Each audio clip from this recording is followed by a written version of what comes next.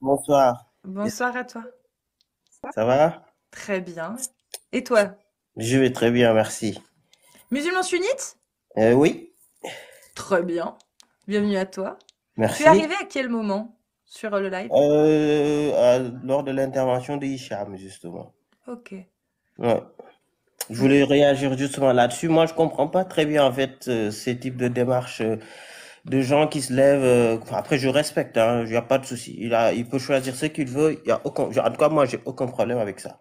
Par Mhm. contre, j'ai du mal à comprendre dans la mesure où je vois pas la logique d'une personne qui se lève comme ça d'un jour au lendemain, qui fait quelques recherches et qui se rend compte, oui, sur tel point, il y a une incohérence et quelque chose que je comprends pas, et qui se dit, tiens, il y a matière à quitter l'islam, allez, je pars sur autre chose. Il a dit Ça, quand même moi, qu'il avait mis 3 ans. Des recherches sur oui, 3 ans quand même. oui, oui, mais bon, moi, je me dis, en fait, la question que moi, quand il y a quand je suis face à une incohérence, enfin, la réponse que je me donne ou les questions que je me pose, je me dis, sans doute, il y a quelque chose que j'ai pas compris ou il y a peut-être une info que j'ai ratée, et voilà, et j'approfondis mes recherches, mais je vais pas quitter comme ça une religion, juste sur ces bases. Ça me paraît léger. Après, je respecte, il n'y a pas de souci, hein. D'accord. Et justement, je suis contente que tu parles de ça. Euh, Tu es musulman sunnite. Est-ce que donc tu suis la sunna, tu suis le consensus des écoles sunnites? Oui, oui, je peux dire Oui. ça, oui. D'accord, ok. Donc au niveau de l'apostasie. Oui. Toi, apparemment, t'as dit que ça te dérangeait pas, que les gens faisaient ce qu'ils voulaient. Oui, ça me Ouais, pose aucun problème. d'accord. Et selon les lois divines, il en est quoi par rapport à l'apostasie? Moi, en tout cas, ce que je mets en avant, c'est la responsabilité individuelle des gens. Mhm, On pose les actes que l'on veut aujourd'hui à titre personnel et on assume les conséquences qui en découlent dans l'au-delà. En tout cas, moi, c'est cette approche-là que je préfère adopter. dans l'au-delà. Dans l'au-delà. C'est-à-dire Ok. qu'aujourd'hui, une personne qui apostasie, nos sociétés sont organisées d'une telle manière qu'on ne peut leur imposer quoi que ce soit. Ça, c'est une première chose. Une deuxième chose, moi, je m'appuie sur le Coran pour dire, le Coran dit, la ikraha fid din, nulle contrainte dans la religion. Pour moi, ce verset-là, c'est un verset puissant qui dit qu'on ne peut imposer à une personne tierce une décision qu'elle n'accepterait pas. C'est-à-dire que je ne peux pas imposer une religion à une personne, je ne peux pas Mhm. imposer une pratique à une personne si elle n'est pas disposée à l'accepter. Donc, si une personne n'est plus disposée à accepter l'islam, je ne vois pas comment on peut lui imposer l'islam. Donc, D'accord. si elle décide de quitter l'islam, cette personne, ça c'est un argument. Le deuxième argument, c'est que les sociétés, les lois qui s'appliquent aujourd'hui à nous, à nos sociétés, à notre organisation sociale, empêchent totalement d'imposer à une personne tierce une décision, quelle qu'elle soit. Mais ça, c'est les Donc, lois moi, humaines, je t'es bien respecte cela. d'accord? Ce Hmm. sont les lois humaines. Ça, ce sont les lois Ah oui, humaines. je parle des lois humaines en l'occurrence ici. Voilà. Mais du coup, justement, si tu avais le choix, tu préfères rester sous ce type de loi humaine ou sous les lois divines? Moi, Tu préférais... je préfère rester sur des lois de convergence, des lois qui me permettent à la fois de respecter nos organisations sociales, mais de Mhm. respecter les lois divines en même temps. D'accord, OK. Mais du coup, il y a quand même, dans certains cas, opposition entre les lois divines et les lois humaines, justement. Par exemple, encore une fois, Lesquelles? l'apostasie. Bah, l'apostasie, par exemple. L'apostasie, les lois divines n'imposent pas de tuer quelqu'un. En tout cas, moi, je n'ai pas vu ça dans le Coran. Si tu as un verset qui dit cela, tu peux me le donner, je ne le connais pas. Alors, oui, j'en ai un qui en parle, mais tu sais, après, moi, je pars du principe que les gens ont le droit d'interpréter comme ils en ont envie, d'avoir la lecture qu'ils en veulent. Vraiment, là où j'aimerais me baser, c'est sur le consensus que les écoles sunnites, par exemple, les 4 écoles sunnites, donnent sur justement le cas de l'apostasie, ce qu'il en est Ouais, mais actuellement selon le fiqh. Fiqh. le consensus auquel tu fais allusion, à un moment donné, il se base sur le Coran pour qu'il soit valide. Exactement. Mais alors, si tu me dis qu'il y a un verset qui parle de cela, Mm. donne-le-moi. Moi, je n'ai pas vu ce verset sur Alors, lequel on peut s'appuyer pour donner le jugement dont tu parles.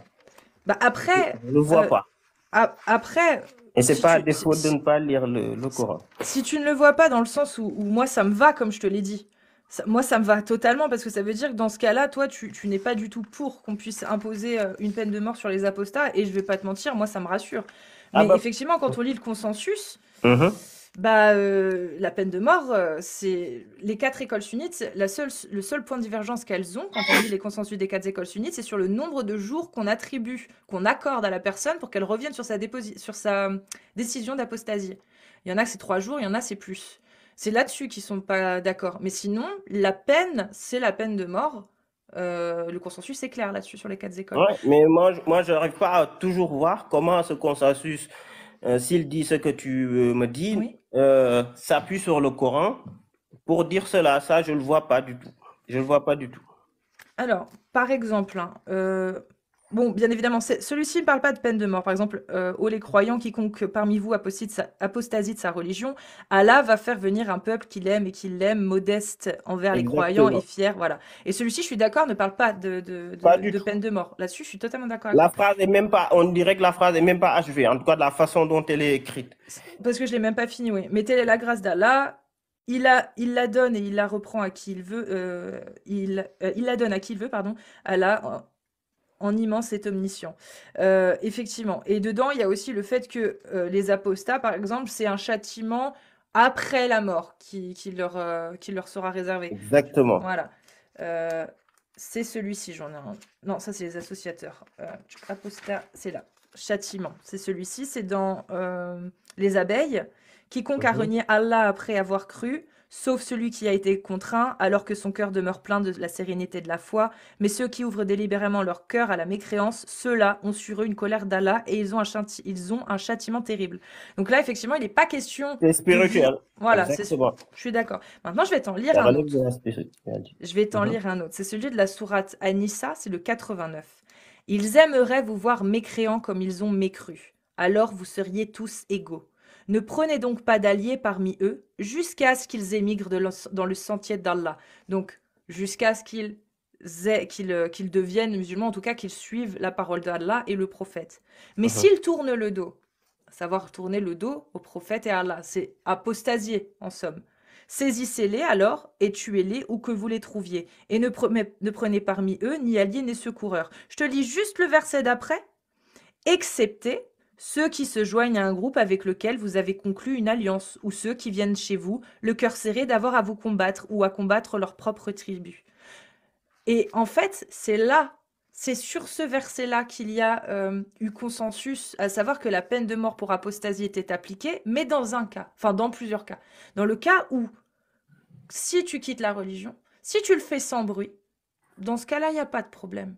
Mais si tu commences à remettre en question, et donc à combattre Allah, à combattre la parole du prophète, en Mhm. remettant en question publiquement, là tu deviens du coup un combattant contre Mhm. Allah. Et là, de ce fait, le verset précédent, saisissez-les alors et tuez-les, s'applique. Tu Mhm. vois? Et c'est Mhm. là-dessus que le consensus est fait, en fait, Mhm. concrètement. Alors, juste deux choses, deux réactions que je vais avoir sur ce que tu dis.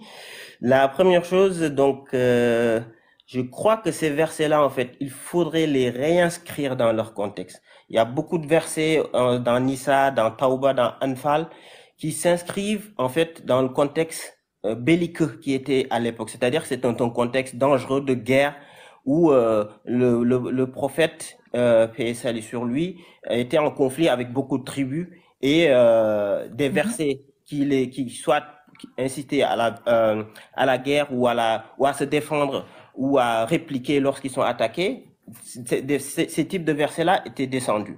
Moi, je pense que la première démarche à faire, c'est de réinscrire ces versets-là dans leur contexte, qui n'est pas du tout le contexte actuel, parce qu'on n'est pas du Mhm. tout dans un contexte de guerre, ni dans un contexte belliqueux. Les musulmans d'aujourd'hui, la très grande majorité, vivent dans des sociétés laïques ou démocratiques ou chrétiennes ou juives et Mhm. s'insèrent très bien sans aucune forme de violence. Et donc, en Exact. l'occurrence, ils ne font pas appel à ces versets parce que s'ils les lisent de façon littérale, ils pourraient être entraînés dans des formes de violence que l'on connaît aujourd'hui. Ce qu'il faut, en tout cas, ce qui n'est pas du tout ma perception de la chose.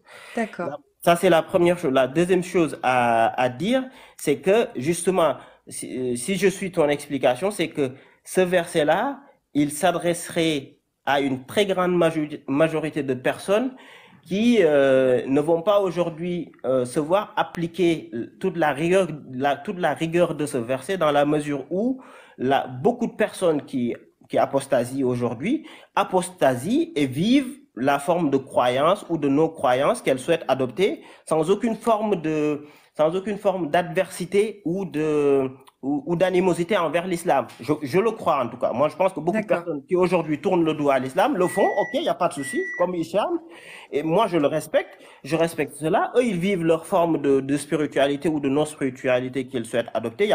Et dans ce cas, il n'y a aucune forme d'animosité ou d'adversité envers l'islam. Et en l'occurrence, ce verset-là ne s'applique, la rigueur de ce verset-là ne s'appliquerait pas à eux, je crois. Et toi, est-ce que tu pars du principe que le fait de critiquer ou remettre en question justement les textes quand tu sors de la religion, par exemple, bah, Riham, elle est apostate, mais elle remet en question la religion, elle remet en question les versets, elle explique pourquoi elle en est sortie. Est-ce que tu Mhm. considères ça comme un combat contre Allah, contre un combat contre le prophète, ou pour toi, ça n'a rien à voir, c'est une liberté d'expression qui est Moi, totalement moi, légitime? moi, je pense que la meilleure façon de montrer sa désapprobation de la critique, c'est d'apporter des arguments. Pour moi, c'est ça, par le débat, D'accord. comme on est en train de faire.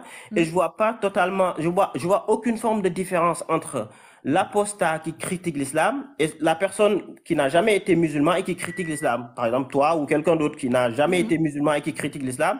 Le package d'arguments que tu vas servir et la virulence de ton argumentaire, je vois pas de différence entre ton argumentaire Ok, à toi et celui d'un apostat. Je vois pas du tout de différence là-dedans.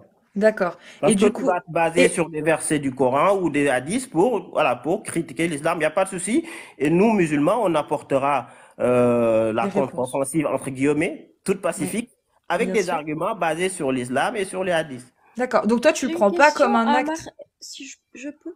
Bah, juste deux Bonsoir. secondes, Ariam, je vais vraiment finir sur Oui. cet échange-là. Donc de ce fait, tu ne prends pas ça comme un acte de guerre, en fait, finalement. C'est juste un échange, il y a une critique, des fois plus virulente ou moins, mais tu ne prends pas Pour, ça, toi, pour, comme un pour moi, combat. les actes de guerre, c'est sur le champ de bataille. Là, on est Ok, sur TikTok, on est parfait. bien assis, chacun dans son salon, C'est ça, je suis on fait d'accord avec tout toi. sauf la guerre. Et du coup, si on en revient au consensus, parce que moi je t'écoute et franchement de la façon dont tu as effectivement ta vision, je la trouve en tout cas très cohérente et je la partage même limite concrètement. Mhm. Mais si on revient au consensus des quatre écoles, qui eux ont statué sur le fait que un apostat, s'il fait pas de bruit, si on n'en entend pas parler, bon, il peut vivre sa vie comme il veut, faut juste pas qu'il cause de troubles. Donc pendant le ramadan, par contre, il doit faire le ramadan, etc. Ou en tout cas, il doit pas montrer qu'il mange devant les autres. Tant qu'il vit sa petite vie tranquille de son coin, de son côté, il aura pas forcément de problème. Mais que par Mhm. contre, s'il commence à en parler, donc à faire ce qu'on vient de faire, là, c'est autre chose. Là, le consensus, dans un pays qui appliquerait en tout cas la charia, et donc ces règles de jurisprudence, serait plus d'accord avec toi là sur ce sujet-là.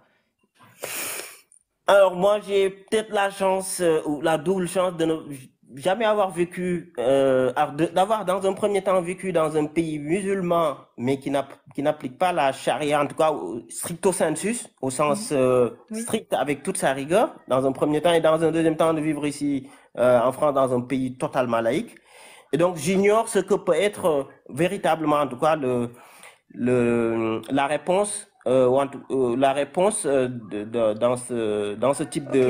dans ce type de situation-là. J'ai jamais eu en tout cas je l'ai jamais vécu et je l'ai jamais vu. Et la deuxième chose que je voulais aussi dire c'est Oui, mais ça il faut vraiment être peut-être dans l'islam, avoir vécu dans l'islam pour le comprendre.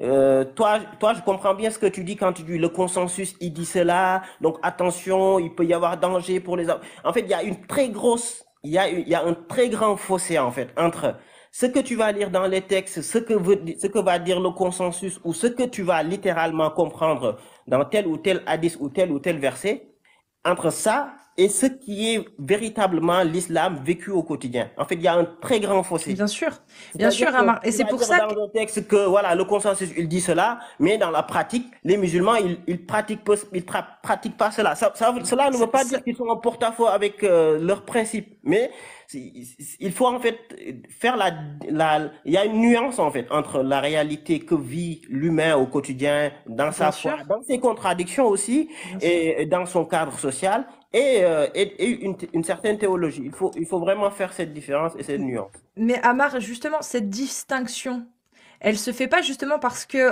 à l'heure actuelle, il n'y a aucun pays qui applique réellement la charia. À 100%, je veux dire? Est-ce que c'est pas parce que justement les pays ne permettent pas l'application de cette charia que les gens arrivent à vivre ensemble finalement et à ne pas exécuter les apostats qui critiqueraient un peu trop la religion par exemple. Est-ce que tu penses vraiment que dans un pays qui appliquerait la charia comme certains, moi en France il y en a des fois des musulmans qui montent et qui disent moi je voudrais vivre dans un pays où la charia est appliquée à 100%. Ah ben Euh, écoute, les gens qui disent cela, y a pas moi je respecte, en tout, comme Mais je... toi, est-ce que tu Ouais. penses que justement le fait que il y a une réelle distinction entre les musulmans comme ils pratiquent leur religion et les consensus qui amènent à des règles de charia ne se fait pas justement parce qu'il n'y a pas de pays qui applique la charia à 100%? Si on vivait dans un pays ou dans des pays où il y a la charia à 100%, est-ce que tu penses qu'il y aurait encore cette distinction qui serait possible? Je donne ma langue au chat. Je ne sais pas vraiment. Je ne sais pas vraiment. Je vais être honnête, je ne sais pas vraiment qu'est-ce qui se passerait Il y a véritablement. Riham qui aimerait te poser une question et je pense Ouais. que Riham va pouvoir aussi apporter des précisions sur ce qu'il est dit dans le fiqh, c'est ça? Mhm. Sur les apostats. Oui, j'ai juste une question concernant ta façon de voir les choses. Quand tu parles de contextualisation, tu as parlé de Surat Tawbah et de guerre. Et en fait, ma question est la suivante. Est-ce qu'à ce moment-là, le prophète et son armée étaient dans une situation d'oppresseur ou d'opprimé? Bah, moi, je pense qu'ils étaient dans une situation d'opprimé plutôt. Parce que c'est au début de l'islam, l'islam est parti de zéro, dans un contexte qui leur était totalement adverse, dans un Je cadre veux qui dire leur était... à ce moment où il retourne, donc par rapport si on lit la ayah 5, par exemple, de la sourate 9, au moment où il retourne pour prendre possession de le Kaaba, et est-ce qu'ils sont majoritaires, est-ce qu'ils sont dans une situation d'oppresseur ou d'opprimé à ce moment précis, Non, avec moi je pense que oui, quand ils reprennent la Mecque, ils sont ni oppresseurs ni opprimés, mais ils mm. sont dominants. Et il y a une Ah, différence entre dominant et oppresseur. Il y a une différence entre dominant et oppresseur. L'oppresseur, il exerce la violence volontaire de façon généralisée et de façon d'accord, indistincte. Et le d'accord. dominant, c'est celui qui détient la force, qui a la puissance militaire ou stratégique ou économique de pouvoir prendre une région ou un pays ou une ville. Et c'est ça qui s'est passé à la Mecque. Et D'accord. si tu as lu la sira du prophète, quand il est revenu à la Mecque, il a pris la Mecque sans exercer de violence. Il a même imposé à ses compagnons de C'est parce que n'exercer. ça dit dans les tafsirs et dans Surat Tawbah, hein, Qu'est-ce qui était qu'il dit? faut combattre. Si je prends par exemple, فإذا انسلخ الأشهر الحرم فاقتلوا المشركين. Bon, je vais te la lire en français. Ça, c'est pas Tu la Mecque. comprends l'arabe ou pas? Hein? Ça correspond pas à la reprise de la Mecque, ça, à la prise de la Mecque. Le verset que tu énonces là, c'était dans un contexte belliqueux. C'est pas du tout quand ils ont eu toute Non, pas la. le 5. T'as le 5 et t'as le 29. Excuse-moi. Bah Mais oui. dans tous les cas, dans les deux, il y a une, comment dire, il y a une façon de vouloir soumettre l'autre. Qatilul ladina, combattre ceux qui ne croient pas en Allah jusqu'à ce qu'ils se soumettent. Soit ils payent la jizya, soit ils se cassent, soit on les tue. Ça rend licite. À plusieurs reprises, il a marqué que le meurtre est moins dangereux que shirk. Mhm. La shirk. C'est-à-dire, en fait, ça rend licite le meurtre en disant qu'il est beaucoup moins dangereux que ce que les associateurs font. Et Donc, est-ce que toi, quand tu lis ça, tu te dis pas à un moment donné, je vais il y a aller quand tirer même des de la verres. violence là-dedans? Non, non, exactement. Tu fais exactement l'exact inverse de ce que je voulais vraiment éviter. En tout cas, de ce à quoi j'incite à ne pas faire, c'est-à-dire faire une lecture littérale et d'être tout de suite entraîné par une envie de vouloir se dire, OK, hey, c'est ça que dit le Coran, pourquoi pas tout de Non, suite non, je aller dis pas exercer. ça. Je Non, dis mais pas ça. je sais, j'explique. Je veux dire que moi, justement, j'essaie en tout cas de faire l'effort intellectuel de ne pas faire cela, c'est-à-dire je lis des textes qui disent certaines choses dans un contexte et dans un cadre bien précis, qui n'est pas du tout le contexte et le cadre actuel. Et Oui, donc, heureusement, sinon, bah, oui, alors ta bah, lecture à toi, elle est non, mais- et respectable, justement, mais heureusement, c'est tout le sinon, génie pour moi, c'est tout le génie du Coran, de pouvoir s'inscrire dans un contexte passé et dans un cadre passé et et d'être, malgré tout, en tout cas, qu'on puisse toujours y tirer une certaine spiritualité dans un présent qui est le nôtre. alors bien évidemment, après le souci, c'est que ça ne change pas, même si je le contextualise par exemple, ça ne change pas le fait que c'était quand même assez violent, même à l'époque, même dans son contexte.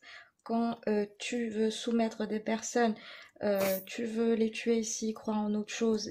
T'as Abu Obeida par exemple qui tue son propre père Hmm. pendant la bataille de Badr parce qu'il priait d'autres dieux. Bah, Tu est-ce vois, que ça tu par vas... exemple, moi, Mhm, là je contextualise, hein, mhm. je fais un peu d'histoire, on va dire. Je dis pas qu'il faut prendre ça et l'appliquer tel quel, mais c'est pour contextualiser, comme tu dis. Moi, quand je dis ça, pour moi, c'est de la violence. C'est pas normal. Mhm. Bah, Voilà. si, moi, je peux être d'accord avec toi si tu fais pas deux poids, deux mesures. C'est-à-dire que si tu dis oui, il y a une violence de certains gens envers les musulmans de l'époque, mais il y a aussi une violence, enfin, dans les deux sens, que tu évoques les violences dans les deux sens. C'est-à-dire qu'on était dans un contexte violent de façon générale. Si tu le dis de cette manière, je suis d'accord avec toi. Mais si tu évoques seulement les violences exercées, enfin, qui seraient exercées par les musulmans, je me dis, oui, il y a deux poids, deux mesures là. Pourquoi les musulmans seuls seraient violents et l'autre partie ne le serait pas? Je ne vois pas d'argument dans ce sens. Pour moi, c'est un contexte violent parce il y avait des guerres, il y avait des enjeux énormes, il y a des versets qui sont descendus, il y avait, les gens, ils croyaient, enfin, ils avaient certaines croyances qui étaient déjà en place depuis des millénaires. Et donc, voilà, c'est le contexte de l'époque. Si tu me dis oui, il y avait des violences dans les deux sens, je suis totalement d'accord avec toi. Par contre, si tu me dis qu'elle est que dans un sens, là, je le suis, moi. Amar, j'ai une question. Est-ce que la parole de Dieu est intemporelle? Pour moi, oui. D'accord. Est-ce que le prophète est le meilleur des hommes et un exemple à suivre? Bah, en tant que musulman, oui, c'est ce qu'on D'accord. fait en tant que musulman. Donc, tu penses bien que ce qui a pu se passer dans des situations, etc. Moi, je suis d'accord avec toi, il faut recontextualiser, essayer de voir. Mais c'est là-dessus que s'appuient les règles de la charia actuellement. Et Mhm. pour en revenir à la loi sur l'apostasie, si tu veux, je peux te lire le consensus des Hanafites, Malikites, Shafi'ites et Hanbalites, si tu veux, pour que tu vois la différence Pas de concrètement. souci, non, on peut après, si tu veux, tu peux le lire, mais il n'y a pas de Non, c'est souci. juste. Après, tu peux me croire sur parole Non, mais aussi, hein, si tu veux. je te crois, vas-y. Et ça, il se base sur effectivement des textes donc sur le Coran, sur la Sunna. Il y a le consensus et l'analogie. Et c'est comme ça que ces lois sont créées. Et que la peine de mort pour apostasie existe uniquement parce que des savants ont décrété qu'il y avait un texte coranique, il y avait un texte dans la Sunna qui validait ça, et le consensus et l'analogie ont décrété qu'effectivement, la peine de mort s'imposait dans les situations d'apostasie. Quand il y avait revendication d'apostasie, hein. Si tu es apostat et que tu ne dis rien, que personne ne le sait, ça, effectivement, hein, il n'y a pas de peine de mort dessus. Mhm. Mais c'est parce qu'il y a une intemporalité que cette loi aujourd'hui existe encore et qu'elle ne peut pas être remise en question. C'est-à-dire que si demain il y a un État musulman qui décide de réappliquer la charia et de remettre cette peine-là, bah il n'y a aucun savant, aucun ouléma, aucun shir qui pourra s'y opposer. Parce Ben, que, si, ils pourront. En fait, moi, ce que j'ai envie de dire, c'est que quand tu me dis consensus, en tant que musulman, enfin, je comprends ce que ça veut dire, mais en fait, dans l'islam, il n'y a pas il y a très peu, en fait, de consensus absolu. C'est absolu dans la mesure où, si on prend 100% des oulémas, tout le monde oui, est bien sûr. d'accord Mais un sur ce consensus, point. c'est une Il majorité, y en a fait, très peu Amar. de, C'est une grosse ouais, majorité, le c'est une grosse consensus. majorité, Voilà. mais tu peux me donner 10 arguments ou 20 arguments qui tendent à tirer dans un sens, je peux en trouver presque autant ou la moitié qui tendent à pousser dans l'autre sens. Donc toi, on est d'accord que tu serais pour que cette loi soit réévaluée, étant donné qu'il y a des gens effectivement qui arrivent à s'y opposer, même s'ils sont minimes. Toi, tu serais pour effectivement qu'une telle loi soit revisitée et qu'on ne puisse pas l'appliquer finalement. Alors moi, je pense pas avoir la latitude et ou Mhm. la base théologique pour pouvoir trancher sur ce genre de questions. Mais oui, en tant que musulman, je peux me dire, oui, là, il y a matière à À revoir. regarder ce que, voilà, à regarder ce que disent les textes véritablement, euh, à regarder ce qu'on dit, être consensus sur ce point, sur quel argument basé sur le Coran et la Sunna, ça s'appuie, voilà, de discuter de la question. Ça, l'islam ne l'interdit pas parce que c'est pas un dogme de l'islam que de parler de la question de l'apostasie. Au contraire, je pense que l'islam Ok. incite les musulmans à mener ce type en tout cas, ceux qui ont l'attitude et la science pour le faire, à le faire. En tout cas, c'est pas moi qui le ferai, mais oui, ceux qui doivent le faire n'ont qu'à le faire. D'accord, ok.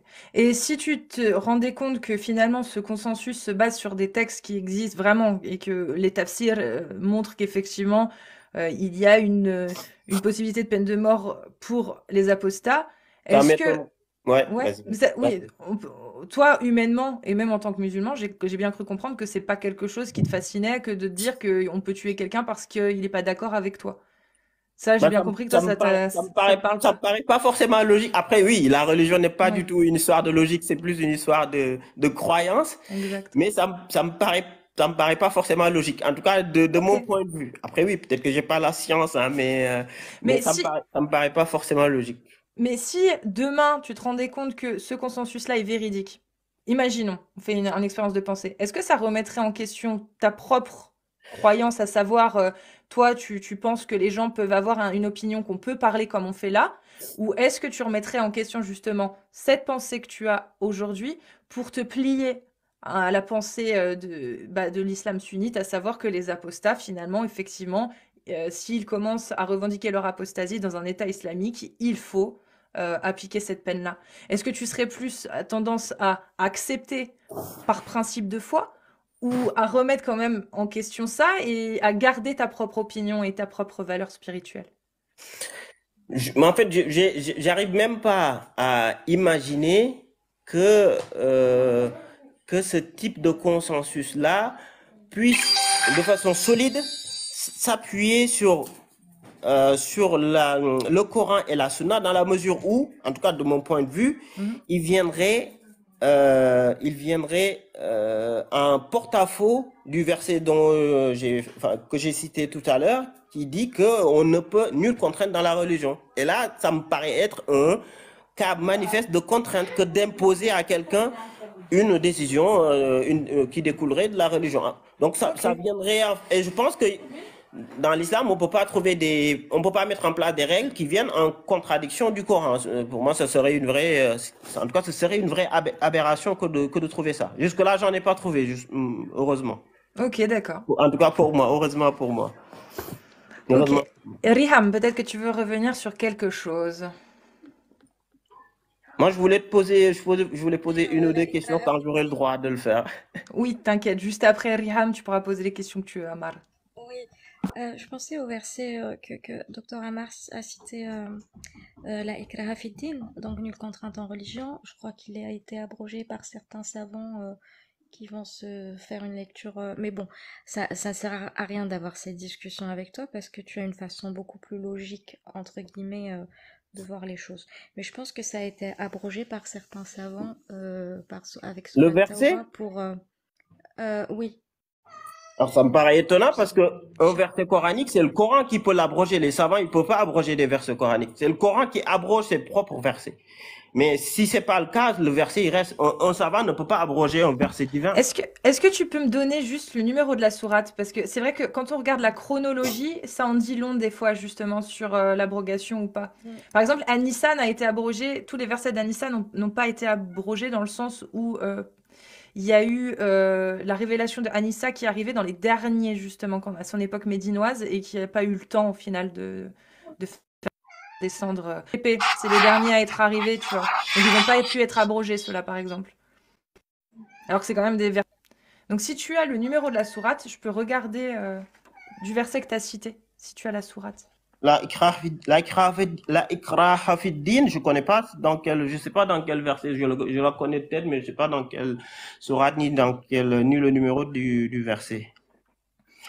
T'as Je une peux le idée, Riham? rechercher, mais je le connais juste de tête. Euh, Oui, non, Faman yakfur 256, je crois. Il n'y a pas de Pardon? contrainte en religion. C'est la 256. الله ولي الذين آمنوا يخرجهم من الظلمات والذين أولئك هم النار فيها خالدون. 256. Nulle contrainte en religion. Est-ce qu'ils me mettent un truc? Alors, chronologie. Je me rappelle plus. Bakara quand elle est tombée. Ouais, Surat Baqara. Elle fait partie de l'époque médinoise. Elle est arrivée, c'est la première à être arrivée sur Médine. Ouais, c'est la première à être arrivée sur Médine. Donc effectivement, je sais pas si elle est abrogée, mais en tout cas, elle est arrivée au milieu, quoi. Donc, je sais pas. Ça, je n'ai aucune idée, rien. Je n'aime pas en fait avancer des choses dont je suis pas sûre à 100%, mais il me semble qu'il est abrogé. Avec effectivement sur la Tauba. Mais L'épée. sur le sujet et que je regarde tous les tafassirs, en fait, Ouais. je ne vais pas avancer en live quelque chose, voilà. Ok, parfait. Donc on laisse dont en je ne suis suspens. pas sûre à 200%. J'ai déjà aussi entendu quelqu'un me dire, mais j'ai pas eu les sources, donc je le répète pas non Et plus. Parce que je suis Hicham, pas sûre. oui, Hicham, c'est ça, en fait, c'est ce qui me semblait. Je pense qu'il est abrogé par le verset de l'épée, donc de Surat Tauba.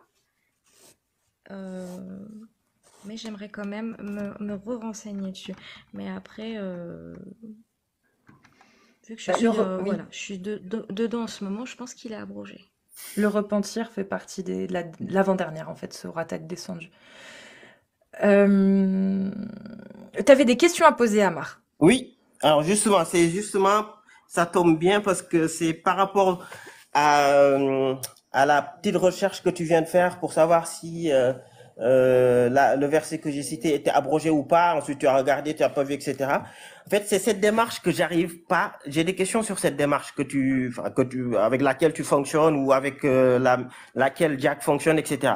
Vous prenez un verset, vous prenez un hadith, vous dites, voilà, le prophète ou Dieu a dit ça sur tel verset. Je suis parti voir le tafsir, il a dit telle ou telle chose. Et donc là, on a un problème parce que Dieu s'est peut-être trompé là ou le prophète s'est peut-être trompé là. En général, c'est comme ça que ça fonctionne. Moi, le problème que j'ai avec ça, c'est que moi, je suis un scientifique. Je viens te voir. Je viens te dire l'eau bout à 100 degrés. OK? Après, un autre scientifique qui est beaucoup plus qualifié que moi, supposons Einstein, vient te voir. Il te dit l'eau ne bout pas à 100 degrés, il bout à 120 degrés. Toi qui t'y connais pas en science, nous sommes deux scientifiques. Lui, il est de grade beaucoup plus élevé que moi. Lequel tu croirais? Bah, si je peux pas faire le test moi-même, je vais croire celui qui a effectivement une sorte d'appel à la popularité ou à l'autorité, à savoir le plus savant. Exactement. C'est pour ça que je prends Ibn Kathir, que je prends Tabari, que je prends Al-Jalalayn, tout à fait cohérent. je prends les plus... Mais justement, Amar, non, mais Ibn Kathir, je vais juste continuer ma Tabari, question. c'est- Je vais juste continuer d'accord. ma question. Donc, en principe et en toute logique, En principe, oui. on croirait celui qui a l'autorité la plus affirmée, la principe. plus éprouvée. Donc, maintenant, je vais prendre la réflexion dans un autre sens. Toi, Cassius, tu viens me dire, le prophète, il s'est trompé à tel ou tel endroit, il a fait telle ou telle chose abjecte, Dieu s'est trompé dans tel ou tel verset. Je dis, ça me paraît étonnant. Ensuite, je vais aller voir Imam Malik, je vais aller voir Imam Abu Hanifa, je vais aller voir Imam Ahmad, je vais aller voir Imam Ahmad Ibn Hanbal. Et eux, ils me disent l'exact contraire de ce que tu viens me dire. Qui je vais croire dans la religion? Je vais te croire toi qui me dis que le prophète est abject, ou eux? Lequel je vais croire en fait? Bien sûr. Qui se connaît mieux dans la religion entre Bien toi évidemment, et ceux que j'ai cités? Bien évidemment, mais tu peux aussi vérifier mes sources. Tu peux Non, aussi mais qui vérifier je ce que croirais? Ibn Qui je Kathir... croirais si on reste dans la même logique de Ah bah ce oui, qu'on tu a croiras affirmé les en premier? savants, mais bien évidemment, Amar. Bah voilà, Bien mais évidemment. du coup, quand il Les s'agit de théologiens. religion, pourquoi moi je t'écouterais toi au détriment du mais groupe de savants que j'ai cité auparavant? Tu n'as pas à m'écouter, parce que moi je me base exactement sur la parole des savants également, Amar. Non, je viens de te dire que les savants disent l'exact contraire de ce que tu Sur affirmes quel tous les sujet? jours. Sur Est-ce quel que vous sujet, pouvez Amar? Sur donner un tous les sujets. exemple? Sur Un tous les exemple, sujets. Un un exemple, seul s'il vous exemple, plaît. Sur Amar. tous les sujets. Un seul Un exemple, exemple, Non, mais Amar. s'il sur vous plaît. tous les Non, sujets que tu Amar, traites. un Un seul exemple, exemple. s'il vous plaît. S'il Non, te mais plaît, Amar. je vais Juste prendre un un seul exemple exemple. précis. Je vais prendre un exemple précis. Voilà. En fait, avant d'arriver dans ton live, je suis passé comme ça sur TikTok. J'ai vu, tu as fait une vidéo, tu as dit, le prophète a dit dans le Sahih Bukhari, hadith numéro tel, il a dit que la médecine était bien sur 3 choses. Donc, tu as cité les 3 choses. Oui. Donc, tu as dit, enfin, je me souviens plus, mais tu as cité 3 choses que le prophète, dont le prophète a parlé en parlant de médecine et qu'il a recommandé ou pas aux musulmans. Donc là, tu t'es dit, en fait, dans ton argument, dans ta vidéo, tu as dit, après tu as dit, ouais, entre guillemets, enfin, je déforme un peu ton propos, j'exagère un tout petit peu, mais en substance, tu as dit que le prophète, en gros, il n'avait pas de science pour pouvoir affirmer ou infirmer des choses en lien avec la santé humaine. En gros, c'est ça. Non, non, c'est pas du tout ça. Je disais juste qu'il a dit un hadith. Je suis revenue sur le hadith où il disait qu'il y a 3 bienfaits, 3 guérisons dans ces 3 choses. La première, c'était les ventouses et la saignée. J'ai dit, bon, bah aujourd'hui, avec les connaissances qu'on a, on sait que la saignée ne sert à rien. Pour ce qui est des ventouses, bah, il n'y a pas de preuve scientifique que ça soit actif pour Donc quelque le chose. prophète Mais s'est moi, j'aime bien trompé. parce que Voilà. la sensation est agréable. Le deuxième, c'est le miel. Effectivement, le miel, quand tu as un rhume ou quoi, ou c'est toujours agréable, mais je suis pas sûre que ce soit très efficace contre le cancer ou contre le diabète. Et le troisième, c'est de l'humour, hein, c'est du sarcasme. Et le troisième, c'est effectivement la cautérisation. Ça, la cautérisation, c'est efficace. Ça permet d'éviter les infections, les septicémies, etc. en cas d'amputation. Ça sauve des vies, ça a toujours sauvé des vies et ça sauve encore des vies sur les champs de bataille. Et ça, Manque de peau. il nous le recommande pas. C'est ce que tu Et as. voilà. Et manque de peau, il le recommande pas. il s'est J'ai fait de trompé l'humour. il s'est trompé sur il s'est trompé à 67%, en gros.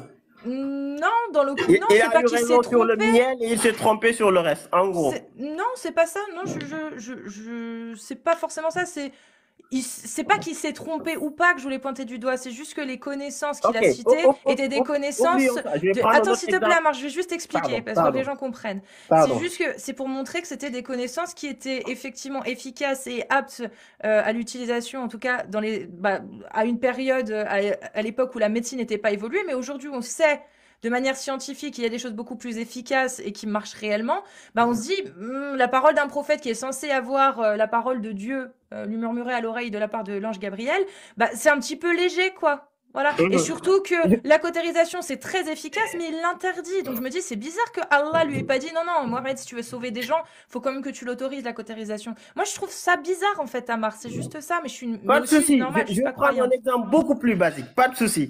Je vais prendre un exemple beaucoup plus basique.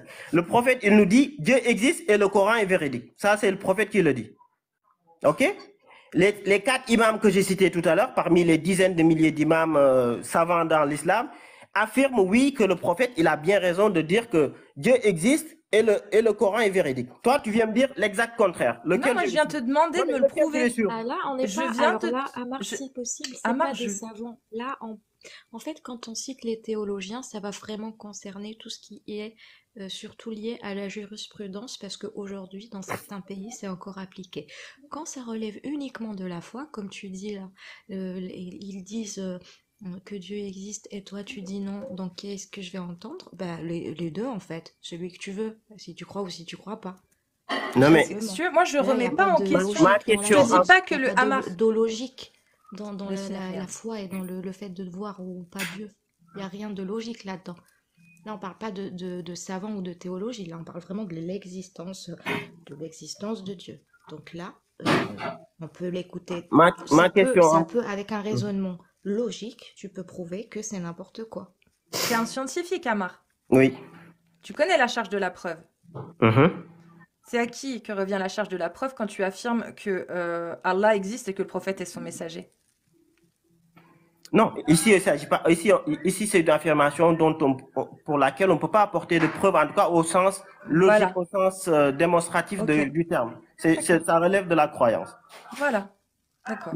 Donc du coup, sur un exemple réel où tu dis que j'ai tort que je dis l'inverse de ce que disent les savants, bah, j'aimerais vraiment que tu me le dises sur quel sujet? Sur le mariage des petites filles, sur l'apostasie, sur je sais pas, sur un sujet. Quand je dis quand je dis ou quand le prophète dit que le Coran est véridique, toi tu crois fondamentalement que le Coran n'est pas totalement véridique. Bah, non, parce que tu peux pas me le prouver. Tu viens de le dire, c'est une croyance. Non, Moi, mais je te... véridique, c'est pas du tout. Il s'agit pas de. En tout cas, je parle pas du point de vue croyance ici. Je parle du message coranique. Ah bah, il n'est pas véridique, vu que s'il était... Enfin, pour moi, il peut pas être véridique, puisque je ne crois pas en Allah. Si, il serait véridique si je croyais en Allah et que je pensais que le prophète est le messager de Dieu. Mais vu que je ne le crois pas, pour moi, ça ne veut rien dire ce que tu dis, vu que tu n'as pas été capable, pas Donc, toi, mais en pour toi, l'occurrence, de me prouver que Allah existe, que le prophète est son messager, et que le Coran, de ce fait-là, est véridique. Moi, si tu veux, ça ne veut rien dire pour moi, vu que je n'ai pas la foi. pour toi, ce n'est ni mensonger ni véridique, le Coran. C'est juste un texte. C'est une histoire. Pour moi, C'est c'est une juste une histoire. histoire. Exact, oui. Comme je peux en raconter à ma petite fille le soir, quoi.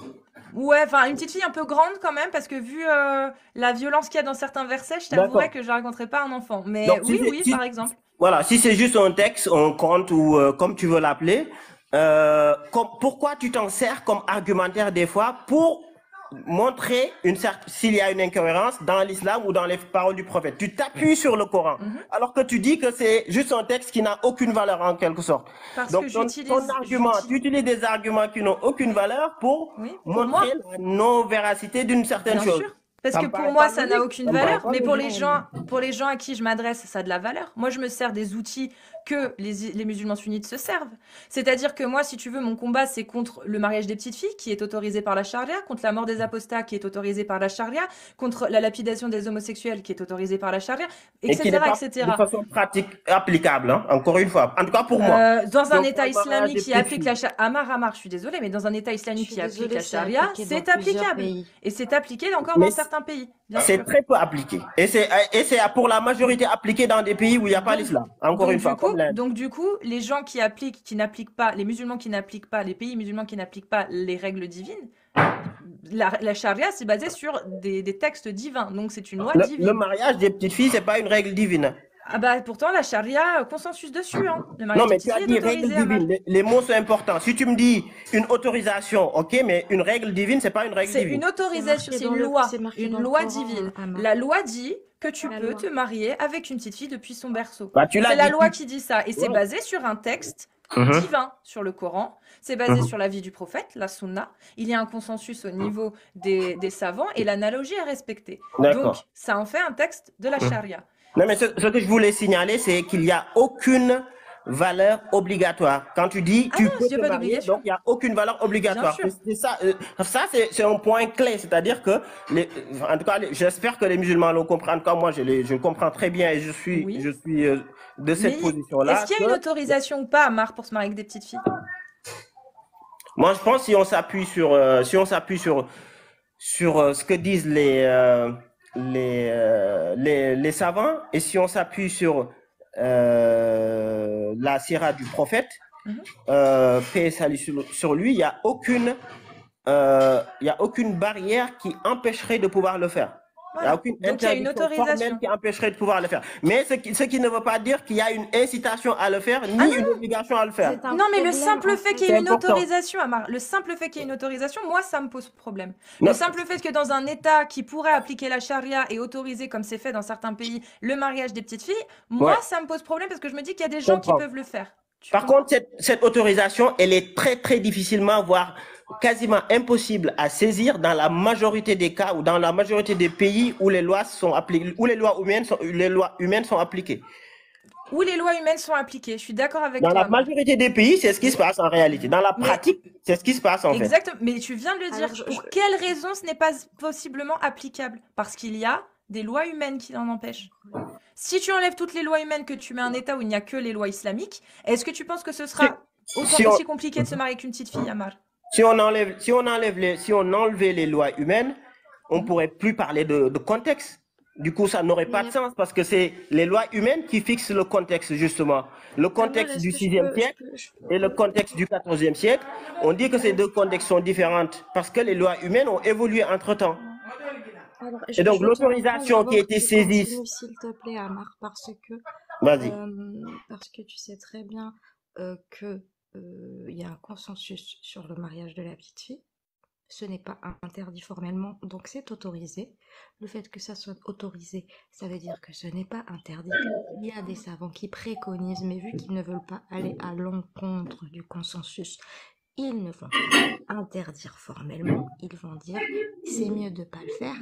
Donc c'est toujours autorisé. Qu'est-ce que ça veut dire ça? Ça veut dire que ça donne l'autorisation. L'autorité religieuse, elle prime chez certaines personnes et dans ces pays, ça s'applique toujours. Donc si on ferme les yeux sur ça, on fait comme si ça n'existait pas, c'est qu'il y a vraiment un problème. C'est les lois humaines dans ces pays-là qui permettent aux gens de protéger ces petites filles. C'est pas les lois divines. Mhm.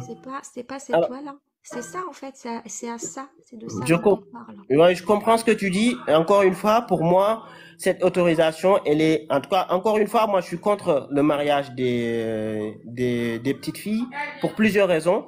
La première chose, c'est que nos lois, les lois qui gouvernent nos vies aujourd'hui, l'interdit. Ça, c'est la première chose. La deuxième chose, je m'appuie sur l'islam et le Coran pour dire que c'est limite impossible de le faire parce que si se marier avec une petite fille pose un danger, et c'est ce que paraît dire la science, sur la vie de cette petite fille-là, l'islam de fait nous interdit cela parce que l'islam consacre la sacralité de la vie humaine. C'est-à-dire Ok, que mais Amar, si le musulman engage Amar, une... je t'ai compris, mais je veux vraiment te poser une question. J'ai compris, effectivement, et moi je suis d'accord avec toi là-dessus.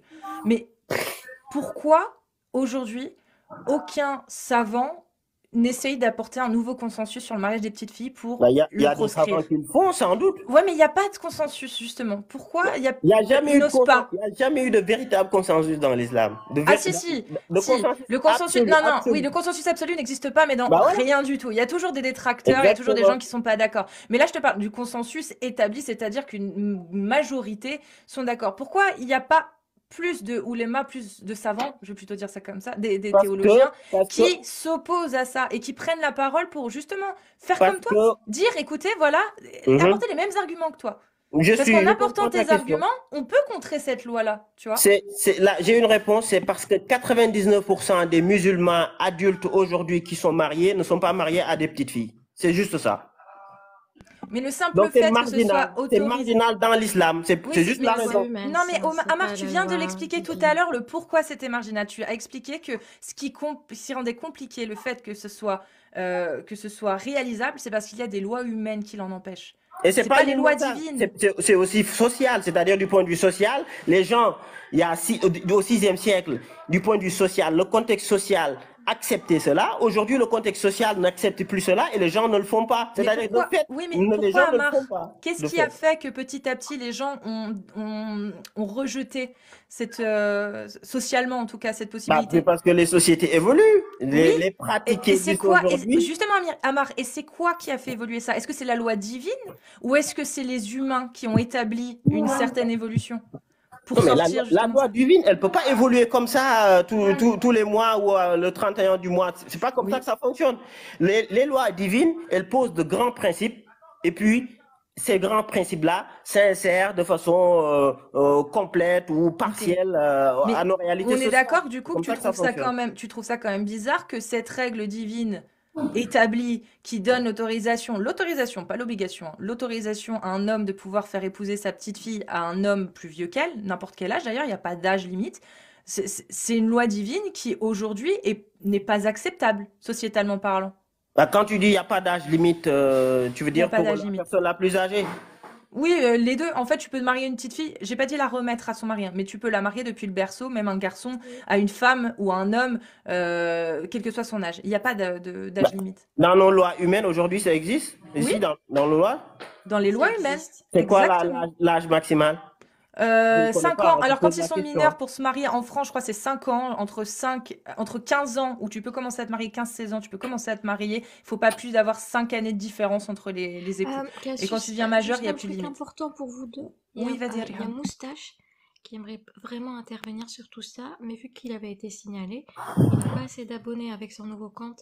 Il demande si tu peux lui faire une pub, comme ça il peut C'est monter. qui, Moustache? C'est Abou Moustache, c'est un mec du cercle et Il est jamais venu. Bah, et Abou Moustache, c'est quoi ton pseudo là? C'est Abou Moustache?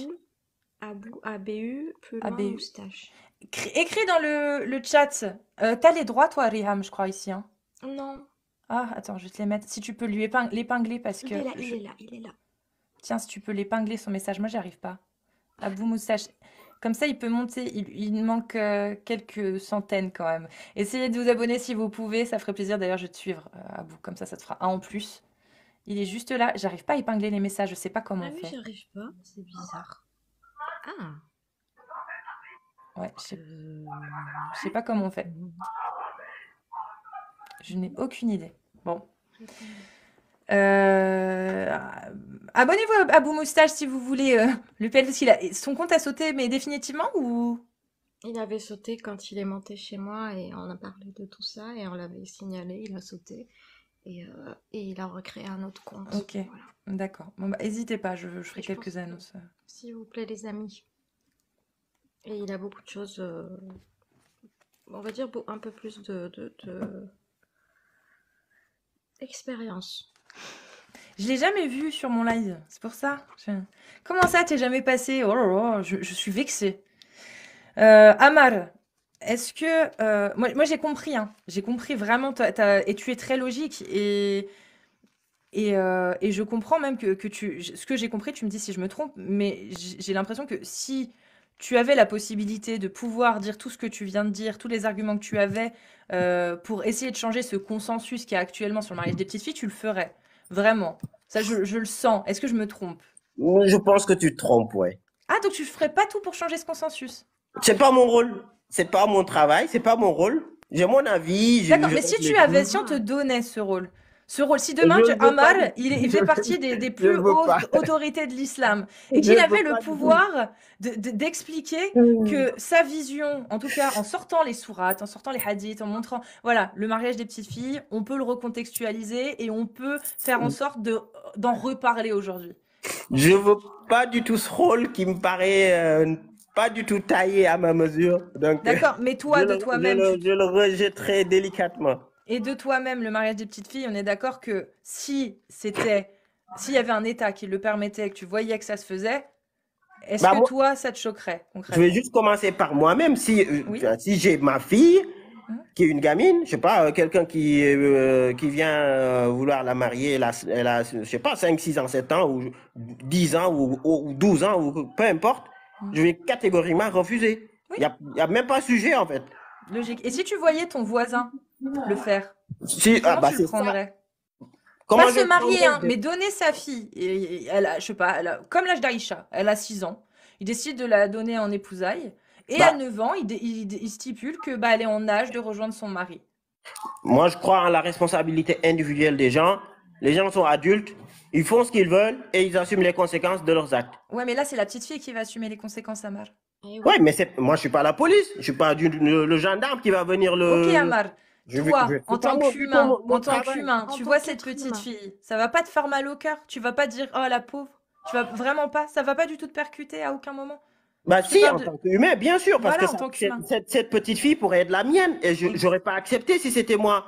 Exactement. C'est tout simple, quoi. Et le fait que Allah ne s'y oppose pas à ce mariage-là, toi, C'est t'es pas pas la submergé même par chose. une incompréhension. Une C'est pas la incompréhension, je même dis pas une chose. révolte, mais une C'est pas la même incompréhension. chose. C'est pas la même chose. L'autorisation donnée par Allah dans le Coran, c'est une autorisation qui, lorsqu'elle est descendue, s'inscrivait dans un cadre social pour lequel on acceptait cette pratique, première chose. Mhm. Deuxième chose, aujourd'hui, cette autorisation, encore une fois, qui ne vaut pas incitation, qui ne vaut pas obligation, est de fait très difficilement, voire impossible à appliquer de nos jours. Ok. Cette Donc, autorisation qui ne vaut ni interdiction et n'est pas abrogée non plus et qui est toujours applicable dans certains pays de nos jours. Mais Il qui ne vaut suffit pas d'aller sur incitation. l'OMS, sur l'UNICEF, vous avez les gens 12 dans millions. le chat. Si vous voulez pas écouter ça à Mars, c'est pas grave. Je comprends que vous ne puissiez pas aller à l'encontre d'une loi qui Pas- pour vous semble divine, même si vous le feriez pas pour votre fille. Mais c'est pas grave. Mais pour les gens dans le chat, vous pouvez aller sur le site de l'OMS, sur le site de l'UNICEF. Vous avez les chiffres des mariages précoces. Est-ce que ça fait sur le corps de l'enfant? Ces lois sont appliquées encore dans des pays musulmans aujourd'hui même. Donc il faut pas nier ça. Il faut pas se voiler la face et autoriser n'est pas interdire. Et- C'est important de le mentionner. Voilà. Effectivement, juste précise, Riam, que sur le site de l'UNICEF, les chiffres qui sont cités disent également que la majorité de ces petites filles mariées, elles le sont dans des pays qui ne sont pas musulmans. En l'occurrence, l'Inde, par exemple. Ça, il faut aussi le dire, soyons honnêtes. Oui, alors par Je contre, dis il pas faut le regarder. contraire, le Oui, site, oui, bien sûr. Bah il voilà, est ouais, Mais très je dis donc, fiable il est et fait les dans la chiffres sont majorité bons. ils des se cas, feront leur Amar, vérité, y a pas de Amar, dans souci. la majorité des cas, il est fait sous précepte religieux. Mais Avec les C'est pas Fatiha, le même religieux. pays dans où les c'est pays plus où c'est pratiqué interdit et par c'est la le loi, pays le plus densément peuplé au monde, c'est pas un pays musulman. Voilà, ça aussi, il faut le dire. Ah bah Après, les pourtant, chiffres disent oui, ce qu'elles disent. ben là, ben, c'est plus une question de Le logique. Bangladesh, Amar, c'est musulman. Non, Le mais l'Inde, je Pakistan, c'est parle de l'Inde. musulman. C'est la Oui, bah majorité. il y a plus de non, non, c'est au d'ap- Bangladesh et au Pakistan, Amar, c'est Pakistan où il y a le plus de mariages. Et Pakistan, c'est musulman. Ça, Les clairement, chiffres hein. de l'UNICEF, moi, quand je les avais lus, je pense que c'était l'Inde, mais peut-être que Ouais, je me mais trompe. alors, Et Amar, tu peux avoir il y les a une séparation. statistiques de Mais oui, il y a les chaque pays, statistiques. même dans le Maghreb, même dans les pays où on a fait passer des lois pour que les gens pervers ne se marient pas Arrête. avec Mhm. des filles jeunes, des enfants. On fait des mariages religieux avec la Fatiha parce que tu as une autorité religieuse qui prime. Et tu le confirmes quand tu dis, quand je vois mon voisin, il fait ce qu'il veut. Ça veut dire qu'en fait, le danger sur la santé de la gamine, qui est aussi, Mhm. aujourd'hui, tu dis que tu es un scientifique, tu sais très bien que le consensus scientifique aujourd'hui, il est très clair sur le mariage des précoces. Euh, Tu sais très bien ce que ça fait psychologiquement et physiquement au corps d'une enfant. Donc, dire que ça n'existe pas, enfin, essayer un peu d'altérer la réalité, je trouve ça quand même comment dire, pas dommage, mais aussi un peu violent pour la fille, parce que c'est la fille la victime. Moi, si je vois mon voisin qui fait ça, je vais pas dire il fait ce qu'il veut de sa vie, parce qu'en fait, non. Il y a la vie d'une autre personne qui est concernée. Mhm. Mais il y a des Il fait lois pas ce qu'il veut. justement pour ça. Il y a des lois pour ça et c'est pas à moi Et de c'est les des lois appliquer. humaines, Amar, qui Oui, encore une interdisent, qui fois, ouais. empêchent, voilà. Mais Je- justement, Amar, moi je- j'aimerais juste revenir sur un point, parce que là on a développé sur aujourd'hui. Maintenant, à l'époque, comme tu l'as dit, où Allah a autorisé le prophète, par exemple, pour prendre lui comme exemple, vu que c'est l'exemple, il n'y avait pas que lui, hein. À l'époque, il y avait plein de mariages de petites filles, j'en suis convaincue. Seulement, je vais prendre l'exemple, parce que le prophète Mohammed est l'exemple en tout temps et en tout lieu. Et à cette époque-là, où on regarde au niveau de l'anatomie humaine, quand on regarde au niveau des recherches archéologiques, etc., qu'on voit qu'il y a très très peu de différence, vraiment minime, hein, entre les enfants de l'époque et les enfants d'aujourd'hui, les adultes de l'époque et les adultes d'aujourd'hui, au niveau de l'ossature, au niveau de la croissance, etc., à l'époque, à l'époque, on ne savait pas de manière scientifique que ça causait des préjudices sur la petite fille. On ne le savait pas. Mais comment Allah, qui lui sait tout, est omniscient et sait tout, comment a-t-il pu autoriser ça? Pourquoi ne l'a-t-il pas interdit? Moi, c'est vraiment une question que je me pose, Amar. Pourquoi Dieu, Allah, en sachant pertinemment que ça nuisait au métabolisme physique et psychique de la petite fille, pourquoi l'a-t-il autorisé? Pourquoi a-t-il autorisé le prophète, celui qui allait servir d'exemple à travers toute l'humanité, durant des Mhm. siècles et des siècles? Tu comprends? Alors, comme, Moi, comme c'est on ça qui parle me de, pose. comme on parle de physiologie et de physionomie, est-ce que tu as une étude par rapport à ce que tu affirmes? Est-ce que, Oui, est-ce que tu oui, as j'ai une une étude? étude. Non, mais je Oui, précise ma j'en question. ai Est-ce que tu plusieurs. as une étude Oui. qui s'est focalisée sur l'anatomie et la physionomie et la physiologie des gens d'Arabie du sixième Oui, siècle, oui, non, mais je finis, oui, qui l'a étudié et qui a oui, tiré des conclusions qui vont dans le sens de ce que tu affirmes. oui. Je dis pas une étude, mais plusieurs études qui Ah oui, confirment oui, la même oui, chose. oui, oui, j'en ai plein justement. C'est d'ailleurs mon ami archéologue qui me les a envoyés, Mhm. Monsieur Temps-Mort, et j'en ai là. Alors par contre, les liens, si vous les voulez, ce sera sur mon Discord. Je vous invite à rejoindre, merci beaucoup. Je vous invite à rejoindre mon Discord que vous trouverez dans ma bio. En fait, vous cliquez sur le lien, vous allez tomber sur mon Linktree et vous allez cliquer sur le lien Discord et vous pourrez venir sur mon Discord. Je vais Mhm. les mettre à disposition. Oui, j'ai des études et plusieurs parce qu'en fait, si tu veux, j'ai des études avec des références. Donc ça veut dire que dedans, il y a les sources avec d'autres qui ramènent à des études, à d'autres études spécialisées par exemple sur l'âge, d'autres spécialisées sur l'anatomie, d'autres spécialisées sur des courants, des périodes, etc. Donc tu as énormément d'ouvrages si tu veux, si ça t'intéresse. Moi, j'ai des études qui rapportent tous ces ouvrages-là, si tu veux. Euh, je peux les mettre sur mon Discord. Si ça intéresse, je les mets. Ça, c'est pas un problème. Vraiment pas. Hop, islam, tac, études scientifiques, voilà. Paf. J'ai même des études psychologiques. actuels hein, sur les victimes de violences S, les victimes de mariage forcé, les victimes de S, donc violence S, avant les règles, comment? Ah, aide-moi, ya Riham. La puberté, voilà. Conséquences, les conséquences. Alors, séquelles post-traumatiques à long terme rencontrées chez les enfants et adolescents victimes de violences S, implications pour l'expertise et de crédibilité. Là, pareil, j'ai toute une. Ça sort d'institut, hein. C'est pas n'importe quoi. Là, il y a l'EM Consult, par exemple, c'est un truc officiel qui sort de l'Annales des médico-psychologiques, sciencesdirect.com. Vous pouvez aller voir aussi en ligne si vous voulez, mais bon, ça c'est des trucs que j'ai téléchargés, donc je peux pas vous retrouver les sites, mais je peux vous les publier. Et il y a également, donc, ah bah il est où? Je l'ai, hein. Il y a également, tac, alors celle-ci par contre, possiblement je l'ai pas téléchargée, ça doit être dans les favoris. Toc toc, je vais trouver Islam. Non, c'est dans Sciences. Enfant, voilà. Voilà. Donc, il y a une étude sur les soins de l'enfant à l'époque médicale, sur les soins de l'enfant dans les contextes médicaux arabes et persans du Moyen Âge. Il y a une étude sur l'archéologie, je crois, au niveau de métabolisme. Alors, c'est une étude sur les différences de croissance, la croissance des hommes en fait entre la période d'il y a 10 000 ans et aujourd'hui, donc l'homme moderne.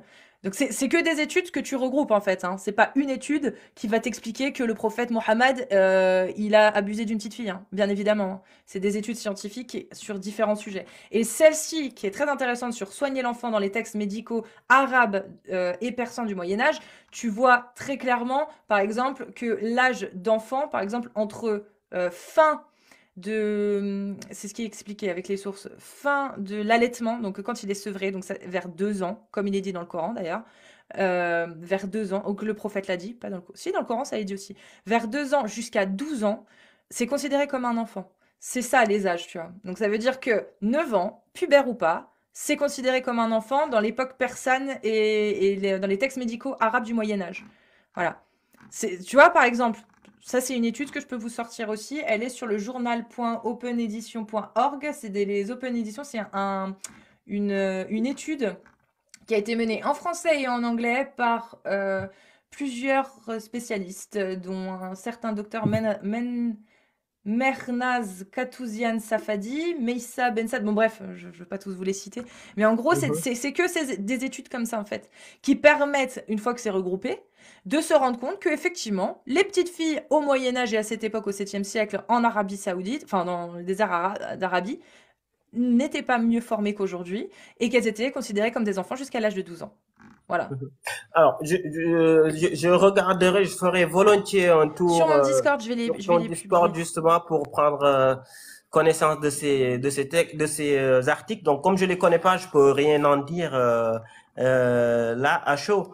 Donc, volontiers. Forcément, c'est pour ça que je t'invite vraiment. J'irai faire un tour et j'espère pouvoir trouver les arguments pour revenir te les démonter une à une. Avec grand plaisir, avec grand plaisir. Mais vraiment, pour le coup, moi, c'est vraiment la question. Parce que jusqu'à présent, franchement, tout ce que tu m'as dit, moi, je partage ton point de vue, je peux comprendre. Sauf justement là où ça s'est heurté. C'est ça, sauf le voisin. Ça, le voisin, je t'avoue, ça me fait quelque chose. Parce que moi, je pourrais pas dire. Ça me fait quelque chose aussi, mais j'irai pas jusqu'à me battre contre lui ou venir lui donner des coups de poing. J'irai pas jusque là. Parce que c'est pas mon travail. Je veux dire, j'ai pas comment dire, une autorisation ou une. Mais justement, si Allah, à l'époque du prophète, lui avait dit, bon, prophète, tu sais, cette fois-ci, ok, Aïcha, tu dois l'épouser parce que ceci, parce que cela, mais c'est la dernière fois que je tolère ça. Tu penses pas que ça aurait été plus simple? La religion ne fonctionne malheureusement pas comme tu dis. Eh oui, malheureusement. C'est pas linéaire. C'est pas linéaire comme ça. C'est beaucoup plus complexe, beaucoup plus nuancé. C'est pour ça qu'on critique l'autorité religieuse comme elle a dit. Il n'y a pas de souci, il n'y a pas de souci. Heureusement qu'on peut encore critiquer et discuter, heureusement. Riham, est-ce que tu as quelque chose à dire pour le dernier mot et après on laissera je suis crevé là. Désolée. Non, ben, je pense que tout a été dit. Moi, si la lecture d'Amar, qui est moins littérale, chez les croyants, ne me dérange pas en vrai. Sauf que des fois, tu peux voir quand même qu'il y a l'autorité religieuse qui se met au-dessus. Et par exemple, comme quand tu as donné l'exemple du voisin, et tu vois, ça me fait quelque chose, ça me titille un peu parce que moi, vu que je n'ai pas cette autorité-là, je sais très bien que bon, déjà, je serai complice, je vais dénoncer, et même dans un pays qui l'autorise, ma morale d'aujourd'hui va faire que je vais forcément faire quelque chose. Juste ça. Mais Tu sinon, pourrais sur faire le quoi reste, concrètement? je ne sais pas prendre la fille et partir avec. Non, c'est sa fille à elle, ça, et elle vit chez elle. De façon pratique, ce que tu dis, c'est pas possible. Elle vit dans sa maison. Tu vas rentrer par effraction chez elle et kidnapper sa fille.